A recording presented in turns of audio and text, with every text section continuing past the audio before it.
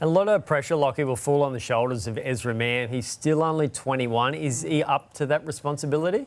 Oh, look, I think this period will help him grow as a footballer. I think I saw a glimpse of it the other night when Adam went off. Ezra sort of took over, took a bit of control of the team, and that was good to see. Jock, we don't know if Jock's going to be back this week. It looks unlikely. So, again, it's an opportunity for certain players to grow and evolve. And I think, you said Paddy Carrigan, we talked about how he had to, step up or, when Payne wasn't there, and he did that.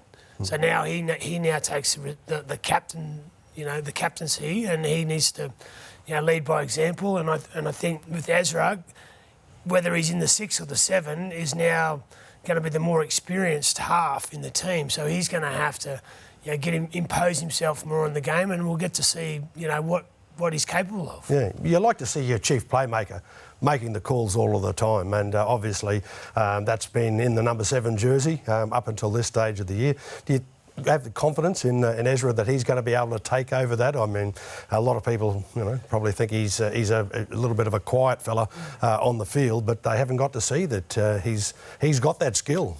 I think Jock will take the number 7 jersey. Whether he's ready this week or not, we don't know. But I feel that Ezra will, definitely not step out of his comfort zone, but he'll definitely come out of his shell a bit because he has to. Yeah. And I think Jock will, he'll take the responsibilities on of getting the team around the park, getting his kicking game right. And the one thing I know with Adam is, even though he's injured, he'll be around the team and he'll want to coach, because that's where he wants to go after he retires anyway. So, Jock's going to get the best coaching from a game management point of view from Adam. And they're saying potentially round 22, round 23 for Adam Reynolds. Well, it's hard to look at a positive, but one positive would be, after his injuries throughout the season, he had a hammy, had a knee, now he's got that biceps injury, that if they can keep themselves in finals contention, they get Reynolds back fresh a month out for the finals. That is, in a way, is a positive. Oh, I think he'll be fit. There's no doubt about that. He's got a very painful arm injury, but I still think that we'll be seeing a fair bit of him, and he'll be making sure that he's fully fit when he comes back.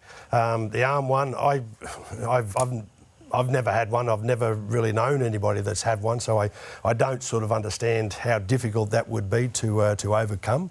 But certainly in the playmaker's role, it's going to be part of his game. But I think I've enjoyed watching him play since his time at the Broncos began, and I think he's one of those guys that he'll certainly not be short of determination and the will to win when he comes back, and with full knowledge that he'll be doing the best he possibly can to be 101% fit when he makes his return. Well, as history shows, and we mentioned it before, Adam, top 4 is pretty critical to winning the premiership, and we got Origin coming up, so it's going to be a bit of a challenge in the short term for the Broncos, and I think over Origin period, so if they can really sort of knuckle down and focus on getting the best out of themselves over the next couple of months, putting themselves in a position where they can still within reach of the top 4, and then know that Adam's coming back, that needs to be the mindset. Yeah, definitely, that's the key. They've got to stay in the top 8, and then the last month they get him back, jag a few wins, maybe try and get into the top 4. And